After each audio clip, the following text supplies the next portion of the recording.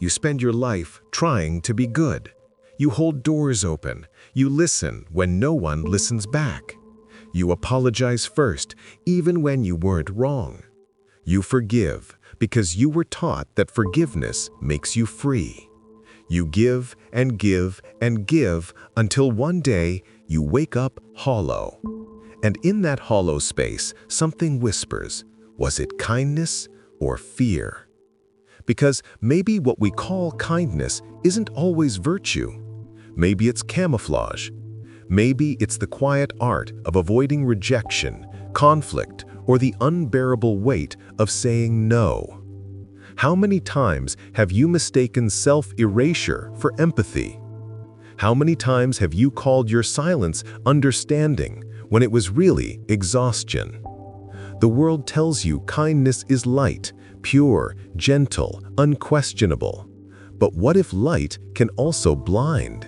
What if it can burn the one who carries it too long? You see, there's a dark psychology buried inside kindness, a place where compassion mutates into control, where selflessness becomes manipulation, and where the need to be seen as good becomes more powerful than the need to be real. And that's the tragedy no one talks about, that kindness in excess can rot the soul it was meant to heal. Because behind many acts of niceness hides something desperate, the hunger to be accepted, the fear of being disliked, the terror of being seen as selfish. You call it empathy, but sometimes it's compliance. You call it forgiveness, but sometimes it's submission. You call it love, but sometimes it's a plea. Please don't leave me. And maybe that's the hardest truth to face, that kindness, when born from insecurity, becomes a weapon turned inward, that the person who saves everyone often cannot save themselves. Think about it. The person who always comforts others but never cries. The friend who never says no, though every yes costs them a piece of peace. The lover who gives until they disappear, believing that to be loved, they must always be agreeable. The world calls them saints, but if you look closer, you'll see ghosts, people haunted by the image of being good. So the question is not, are you kind? The real question is, who taught you to be? And what did it cost you to keep that image alive? Because somewhere in the shadow of your goodness, there's a truth you've buried.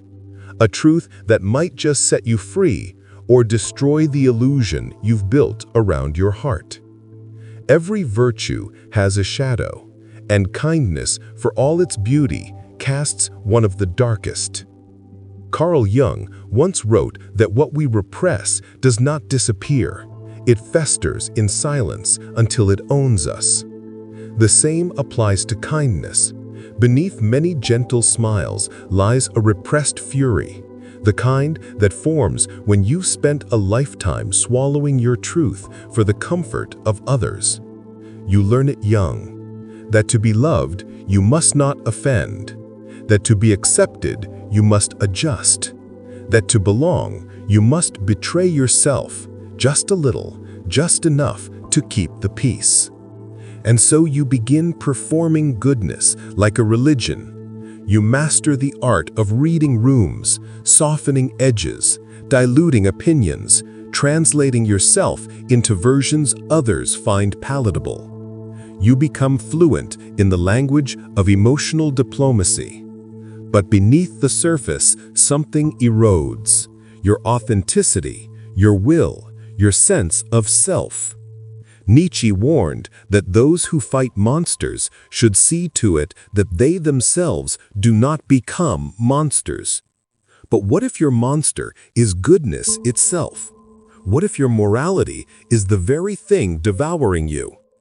Because when kindness becomes a compulsion, it stops being moral. It becomes mechanical. And at its core, it's not compassion that drives it, but fear. Fear of being unloved, fear of confrontation, Fear of discovering that your worth was never rooted in your goodness, but in your humanity, which includes the parts you've buried: anger, ego, desire, boundaries. Machiavelli, often branded as ruthless, understood something vital: that purity, when unguarded, is weakness in a world driven by power and perception. To survive, he argued, one must learn when not to be good, not out of malice, but out of wisdom. But modern kindness has forgotten this truth. It has become moral theater, an endless performance of empathy without balance, compassion without discernment.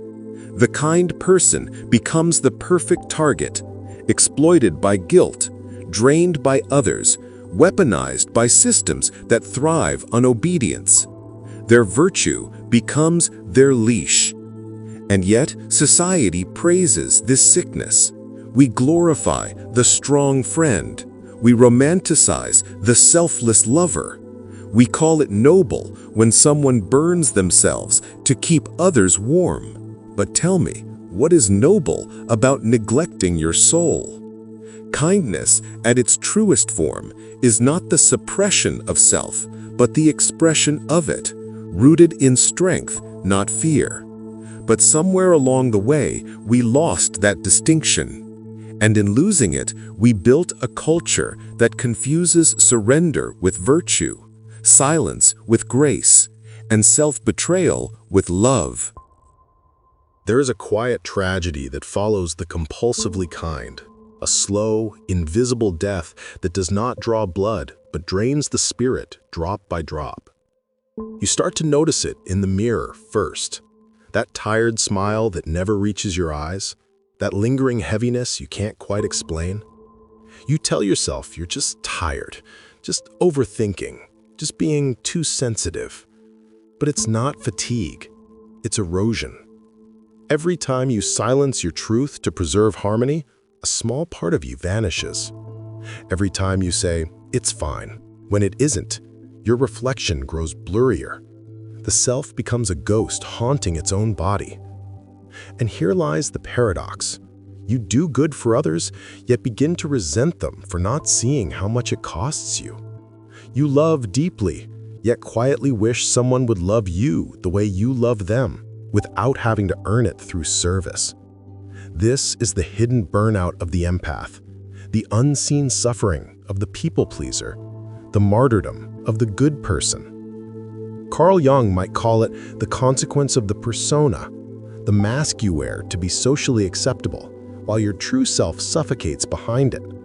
Over time, that mask becomes so seamless that even you forget it's there.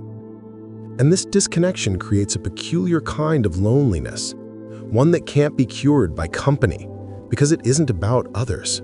It's the loneliness of not being met in your truth, of being surrounded by people who love your mask but not your essence. Society rewards this self-erasure. It calls it humility. It calls it emotional maturity. But beneath the applause lies the cost. A world full of people who are kind to others but cruel to themselves. Psychologically, it's the perfect trap. When you derive your worth from being good, any act of self-assertion feels like a sin. You begin to equate saying no with being selfish, setting boundaries with rejection, and expressing anger with failure. And slowly, your kindness becomes a cage, one lined with smiles, compliments, and thank yous. You remain loved, yes, but never known. Meanwhile, the world exploits this. Corporations sell you virtue as a brand. Relationships use it as leverage. Even spiritual teachings twist it into obedience. Turn the other cheek, kill your ego, forgive endlessly.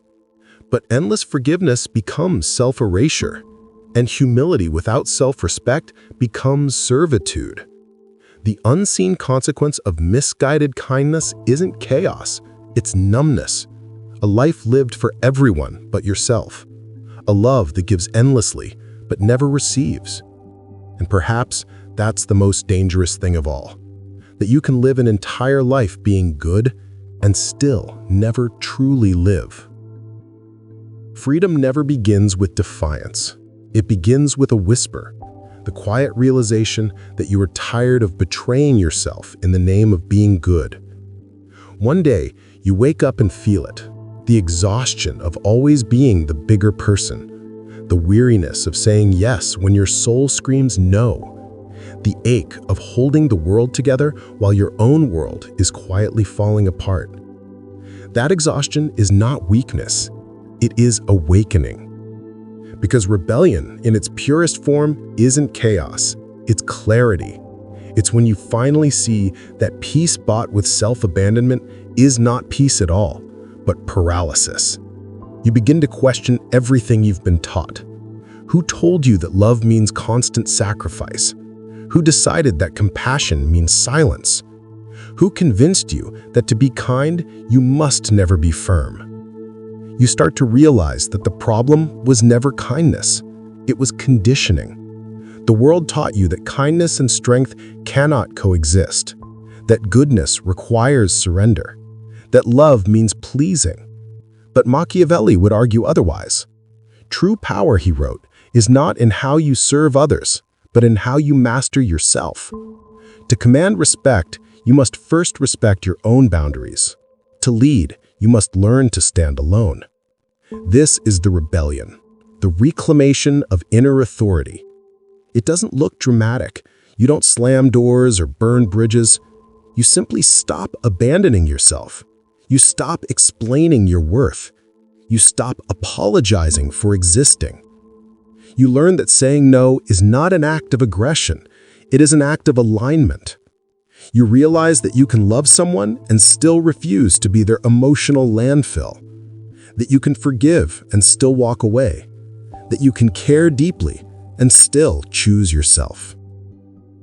Jung would call this the integration of the shadow, the reclaiming of the parts of you that society told you to repress. Anger, pride, self-preservation, these are not flaws, but forces. When wielded with awareness, they become boundaries, courage, and discernment. The rebellion is also internal. It's not about changing the world's perception of you. It's about dissolving your dependence on it. You begin to find peace not in approval, but in coherence, in knowing that your actions, emotions, and values finally speak the same language. And in that coherence, something shifts. Your presence becomes still, not submissive. Your kindness becomes a choice, not a reflex.